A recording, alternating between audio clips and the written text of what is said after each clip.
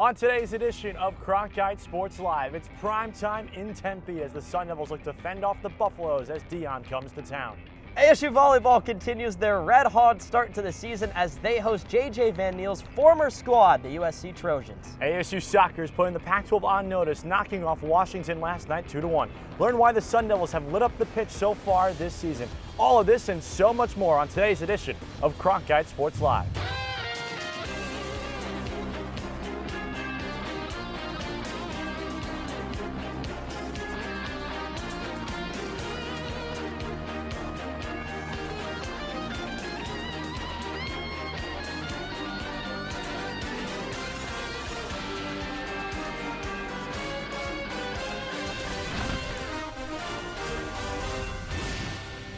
Hi everybody and welcome into a brand new edition of Cronkite Sports Live. He's Cavan Malayter, I'm Parris. We are outside Mountain America Stadium.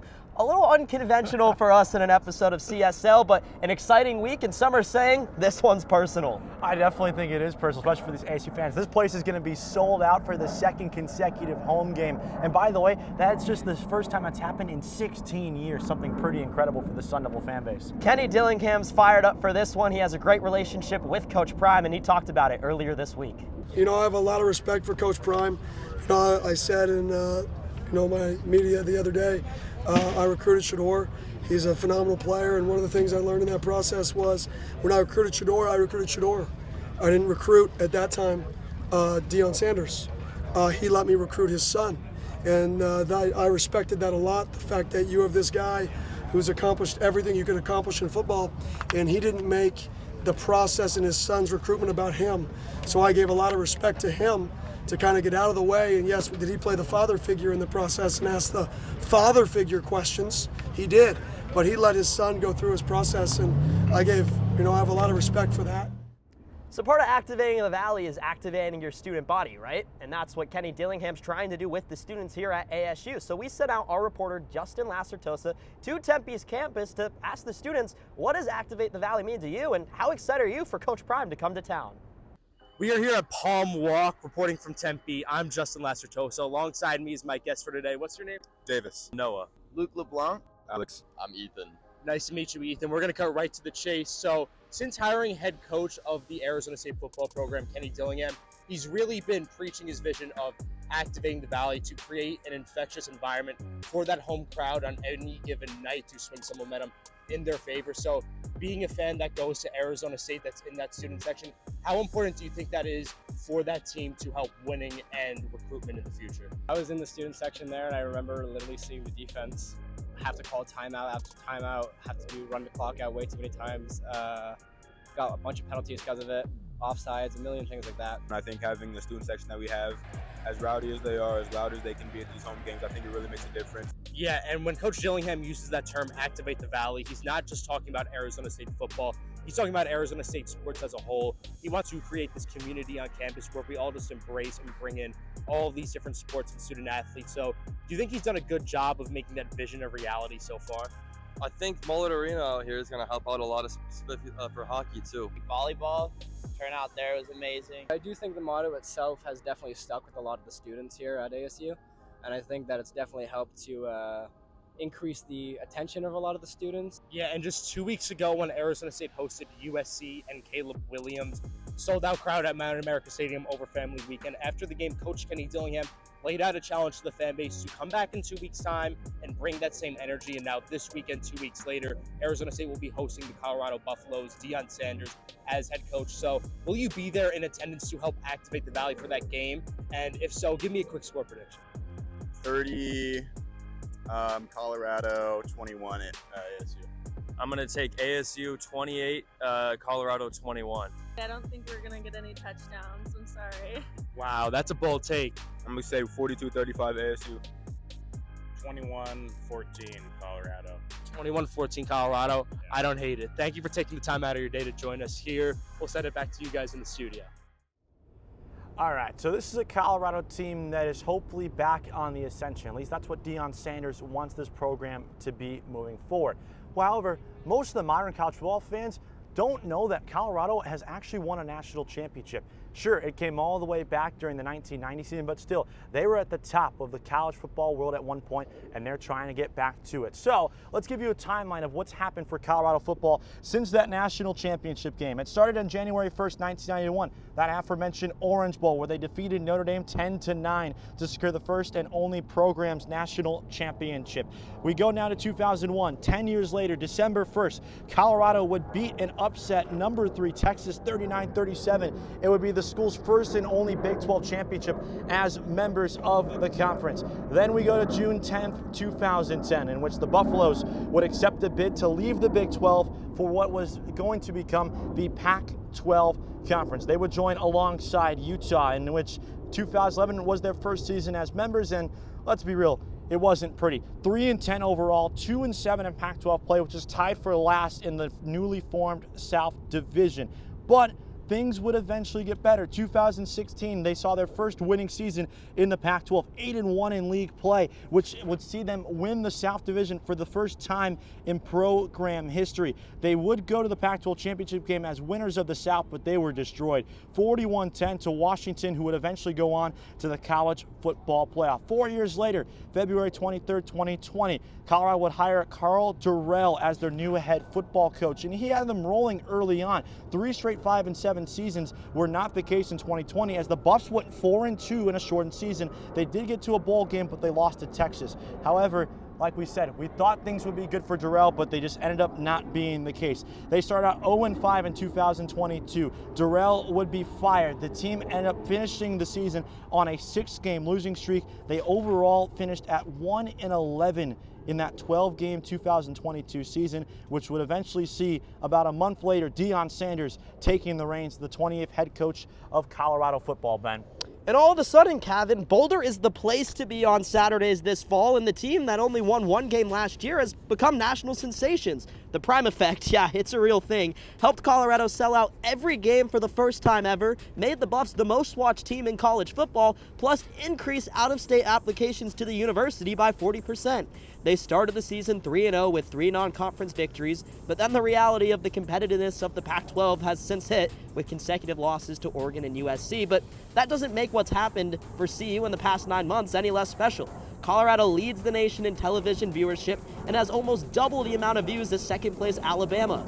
The Buffs have had Fox Big Noon Kickoff visit 4 times, plus an appearance from ESPN College Game Day, and quarterback Shedeur Sanders leads the nation in 4th down passing. The CU offense has come away with more points in every trip to the red zone so far this season for a 100% efficiency rating, and are tied for 7th nationally in turnover margin, only forcing the only interceptions that both Bo Nix and Caleb Williams have thrown all season. Cav, I'm not gonna lie, my family's been watching this program for their entire lives, and they've never seen anything like it. It really is something special. So it's a crucial matchups for both teams tomorrow. Arizona State at 1-4. They haven't won since they barely beat Southern Utah in week 1. Meanwhile, like Ben just said a couple of moments ago, back-to-back losses against Oregon and USC at home for Colorado. They're trying to bounce back as well. So to help us break down this matchup, we bring in WCSN football reporter Blake Neiman. And Blake, it's only fitting, despite what's going on the field, we also have to talk about the 2 coaches, and we'll start with Coach Prime. What type of buzz does he bring to this matchup and bring to Tempe tomorrow? Well, they call him prime time for a reason, Cavan. It seems like everywhere he goes, he is the center of attention, and he has caused all the lights to be placed on Colorado. All of the Buffalo's games have been streamed on national television this season, with 3 of those being on Big Noon Kickoff and 2 on ESPN, including the hosting of College Game Day for the first time in Boulder in nearly 3 decades. And these broadcasting companies, you can bet they've been profiting off of the Coach Prime culture, as 5 of Colorado's games have been the most watched college football games this season, and they have been averaging 8.51 million viewers per game. It's safe to say they have a lot of eyes on them. There's going to be a little decline in viewership this weekend because the game's going to be on Pac-12 Network, but still you can bet there's going to be a lot of people watching from the stands of the sold-out Mountain America Stadium.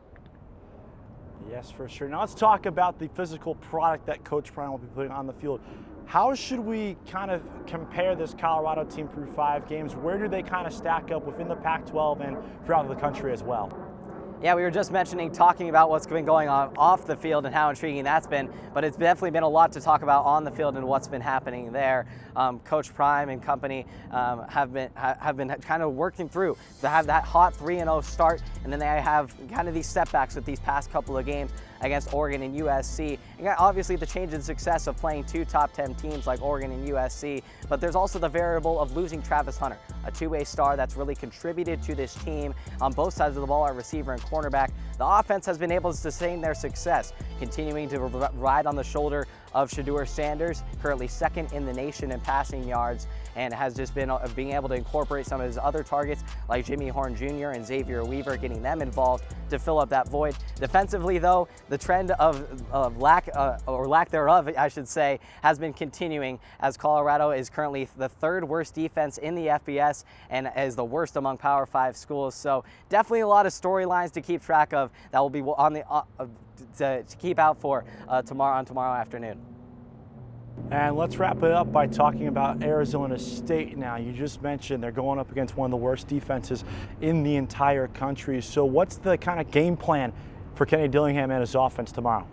Yeah, one of the main vulnerable aspects of that defense you just mentioned is the rush attack. Colorado has given up over 200 yards, I should say, on the ground in 3 of their first 5 games. So definitely look for a guy like Cameron Scadaboo to have a big game tomorrow. But the key and uphill battle that's going to happen for Arizona State is even if they can get their weapons like Cameron Scadaboo going, it's still going to be a challenge to keep up with this high-scoring, high-paced Colorado offense that has put up 34 points per game. Meanwhile, ASU's averaging half of that at just 17. So overall, at the end of the day, what's going to come down to the team that's going to walk away with the victory is who's going to be able to maximize their strengths and limit their weaknesses from being exposed is going to be the one that's going to walk away with their first Pac-12 victory.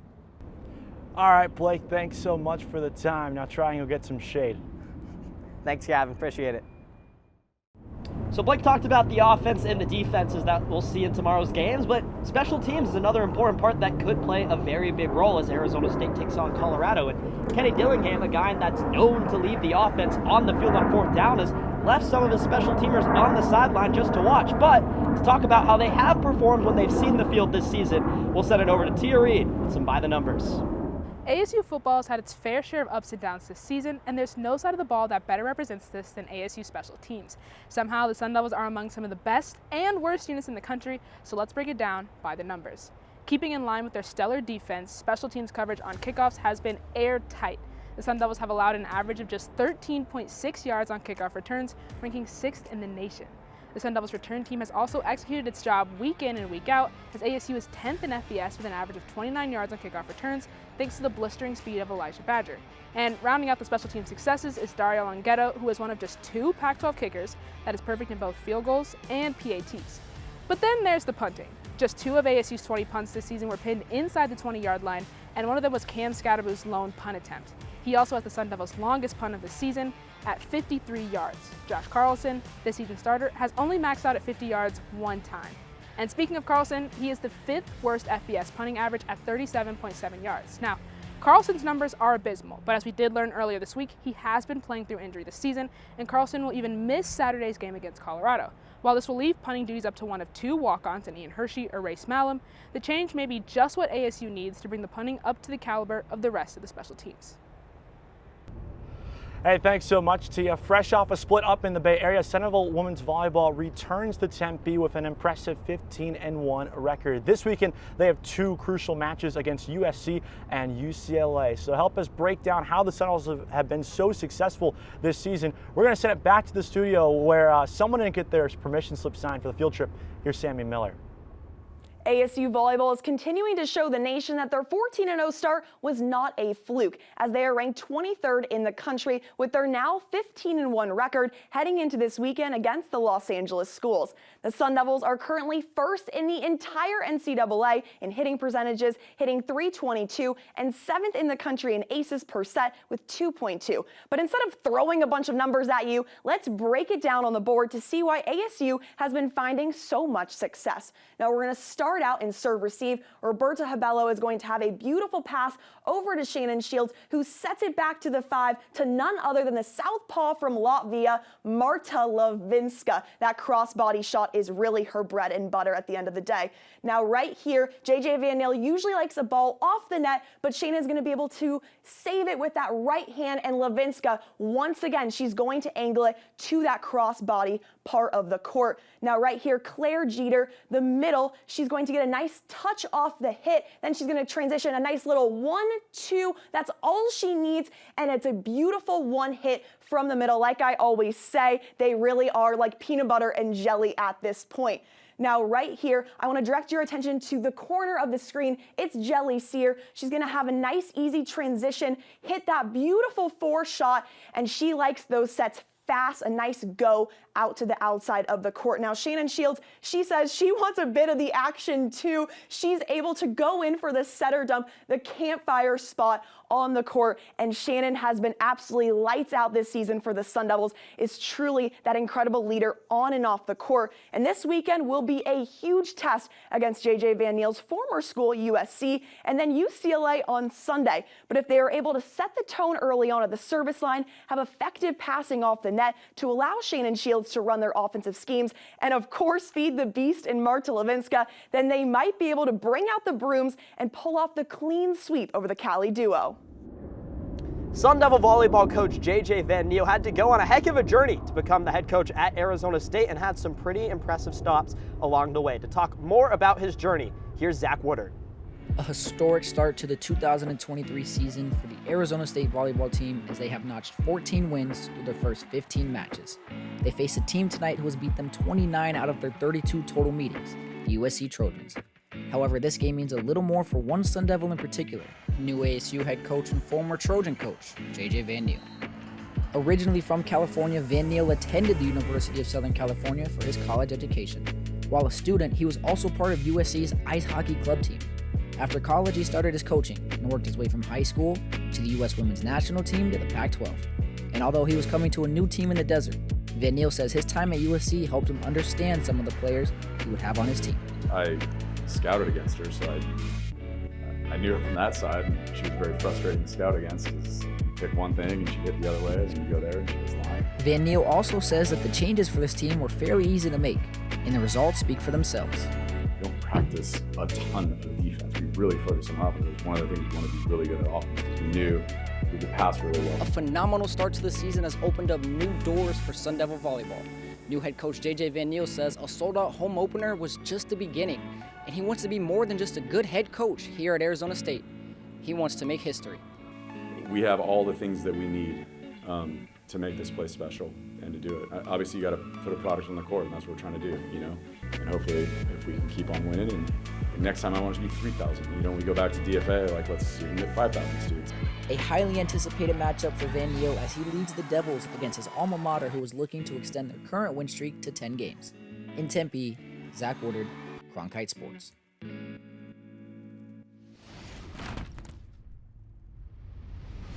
To the pitch we will go. The Sun Devils are back in action in Tempe after a trip up to the Bay Area. They host the Washington Huskies last night, and it was a good one. We start in the 18th minute off of volley. Lucy Johnson with a great chance on goal, but she just got it over the bar. Score remains 0-0. To the 33rd minute, first half, Flo Valancourt with a dribble into the box. Her cross to Ella Okwitna was good for goal in the bottom left corner. Her second of the season puts ASU up 1-0. We go now, 43rd minute, a header by Washington's Tatum Thomason was saved by Pauline Nels, but she wasn't perfect on the day though. Later on in the 84th minute, Washington would tie it at 1 aside. 85th minute, game winding down. How about that shot right there from Anesia Colon? Otherworldly. 2-1 would be the final. ASU wins it on the brink. As you saw, that 2-1 victory on the brink last night for Arizona State is a big one. They improved to 2-1-1 in conference play and 7-2-4 overall. They're in good form heading into the thick of Pac-12 play. And to detail us on how they've improved as of late, we welcome in WCSN soccer reporter Gabby Chernoff. First in assists and second in both goals and points, Suzuki Yosei and Anasia Cologne dominate those Pac-12 stats individually. As a complete squad, though, ASU women's soccer sits at 5th place in Pac-12 rankings, sporting a 7-2-4 overall record. Falling short of the win last weekend against both Stanford and Cal, what do the Sun Devils need to do to improve their numbers as a team? A common critique that arises from both Coach Winkworth and his players is their inability to convert good scoring opportunities into points on the scoreboard. Following the 2-0 win against Oregon State in their Pac-12 opener, junior Lauren Kerberg praised the team's ability to get balls in the net after setting up good scoring opportunities, stating that it was something they've struggled with all season. Those same struggles would unfortunately arise again in the following matchup against Stanford, as Coach Winkworth believed they failed to create any real problems in the second half for the third-ranked Cardinal. Against Cal, he also spoke on the offensive inability to threaten the Golden Bears' backline in order to move the ball up the pitch. Offense-wise, perhaps a stronger focus on finishing those offensive efforts and more aggression against the opposing defense, as they did in their 2-1 win over Washington last night, will lead to team-wide success this Sunday against Washington State and beyond. Yeah, guys, ASU women's soccer has found success defensively all season, only conceding 7 goals in 13 matches thus far. So what makes this defense so good? I have 3 answers to that question, but first is communication. Junior defender Lauren Kerberg spoke to media last night about the importance of communication amongst the back line. This team knows where they're supposed to be and when to be there, allowing them to lock down opposing forwards. Secondly, this team is athletic. The combination of height, speed, and strength with players like Allison Carabin, Emily Simpson, and Liska Carlier has shown to be a nightmare for teams to game plan against. And finally, sophomore goalkeeper Pauline Nels. She has a save percentage of 88%, which leads the Pac-12 and is 9th in the country. Her presence between the posts gives confidence to her team, and head coach Graham Winkworth even called her, quote, one of the best goalkeepers in the country. Overall, this combination creates the perfect storm that has proven to be one of the most dominant defenses in the country. Guys, back to you. We have golf highlights. ASU taking on the Ben Hogan Invite in Fort Worth, Texas. This is Preston Summerhays. His second on hole number 3, sticks it close, would tap that one in for birdie. Up ahead to hole number 5, this is Josele Ballester. Not a lot of room to work with there. Gets his chip up there close, leaves himself some work to get up and down to save his par, but he's able to do it. Some fist pump action as Arizona State would continue the momentum on their opening 18. We go back to Preston Summerhays. This is third on hole number 8. Out of the bunker, 2 bounces, he makes eagle. It's part of a streak where he goes 5 under in a 4-hole stretch as he leads the way for the Sun Devils, the All-American. This is Luke Potter, his third shot on hole number 14. He gets up and down for birdie after that shot out of the bunker, and we stay on hole number 14. This is Gabe Salvanera. His third shot for eagle. No other player this season had made one except for Preston Summerhays, but he gets that one on his way to shooting 66 as the Sun Devils finished in 3rd place. As we take a look at the upcoming schedule, the men will head off to Wilmington, North Carolina on Monday and Tuesday for the Williams Cup hosted by North Carolina before they round out their fall season at the CPC Invitational. They have the chance to play Pebble Beach Golf Links, something that every golfer definitely wants to do. As we look ahead towards the fall, their first 2 events will be the Copper Cup and then the Amari Ari Invitational in Hawaii. Man, I wish I got to take a school trip to Hawaii. So the Ben Hogan Invitational saw 5 out of the top 8 finishers at the NCAA National Championships compete in the event. For more on that, we welcome in WCSN golf reporter Sam Goodman. The Arizona State men's golf team had an extremely strong showing at the Ben Hogan Collegiate Invitational this past Tuesday. Finishing 3rd overall in an absolutely stacked field, the Sun Devils finished just 3 strokes behind the winning Vanderbilt Commodores and 2 strokes behind North Carolina in 2nd. Posting a team score of 827, the Sun Devils unfortunately dropped from 2nd place to 3rd with an even score in the final round. Leading Arizona State was sophomore Luke Potter, nabbing his 5th top 10 finish as a Sun Devil. Potter shot low each round, leading ASU in just his 2nd year on the team. Junior Preston Summerhays and grad student Riggs Johnson also posted top 15 scores. Summerhays had a resilient performance to finish the tournament under par with 2 birdies in his final 18 holes. Johnston was sitting under after the front 9, but a rough back half left him wanting more as he finished the day 1 over. Consistently competing with the best of the best, ASU men's golf has all the tools to make a run this year. If they continue to put up strong performances like these, the Sun Devils are going to fight for another national title. So as Sam just mentioned, sometimes when you want to compete with the best, you have to be coached by the best. And ASU Swimming now has a Hall of Fame coach in Bob Bowman after he was inducted into the International Swimming Hall of Fame last weekend. With more on that, we'll send it over to Zach Nicolaitis. On Saturday, September 30th, 9th year ASU Swim and Dive head coach Bob Bowman was inducted into the International Swimming Hall of Fame as one of 13 inductees, alongside only the most decorated Olympian of all time, Michael Phelps. Bowman was the man in charge of a first-ranked squad last season in the desert, while also bringing the Sun Devils to their first Pac-12 championship in the club's history while being runner-up at NCAA's. Shying away from the college pools, Bowman had been Team USA's head coach in 2023, 2013, 2009, and 2007. He was also a member of the USA staff for the last 5 Olympic Games in 2020, 2016, 2012, 2008, and 2004, where he was a multi-time selection for Coach of the Year. And no one can forget his incredible bond and mentorship with the swimming phenom himself, Michael Phelps. In 1990, Bowman was introduced to Phelps and saw immense talent. Bowman helped then 15-year-old Michael reach the Olympics in 2000, where Phelps came in 5th place for the 200 butterfly. That was only the beginning.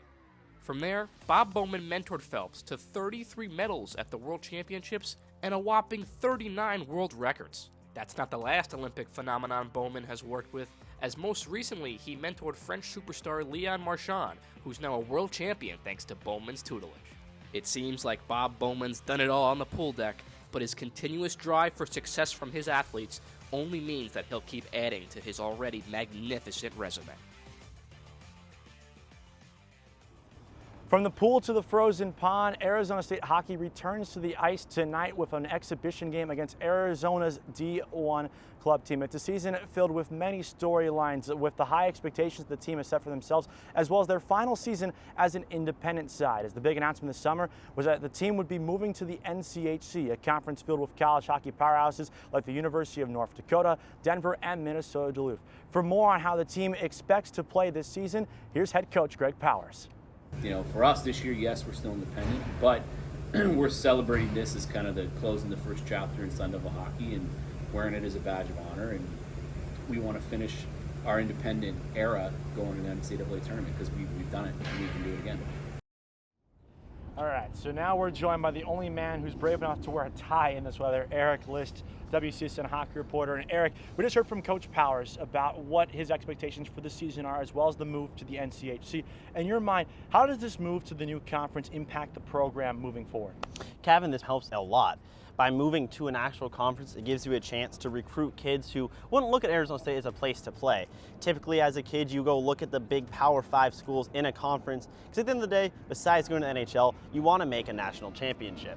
And as an independent for Arizona State, that's really hard. So by joining the NCHC, this gives them a chance to get kids to come and play for them that wouldn't look at them as a place to play hockey.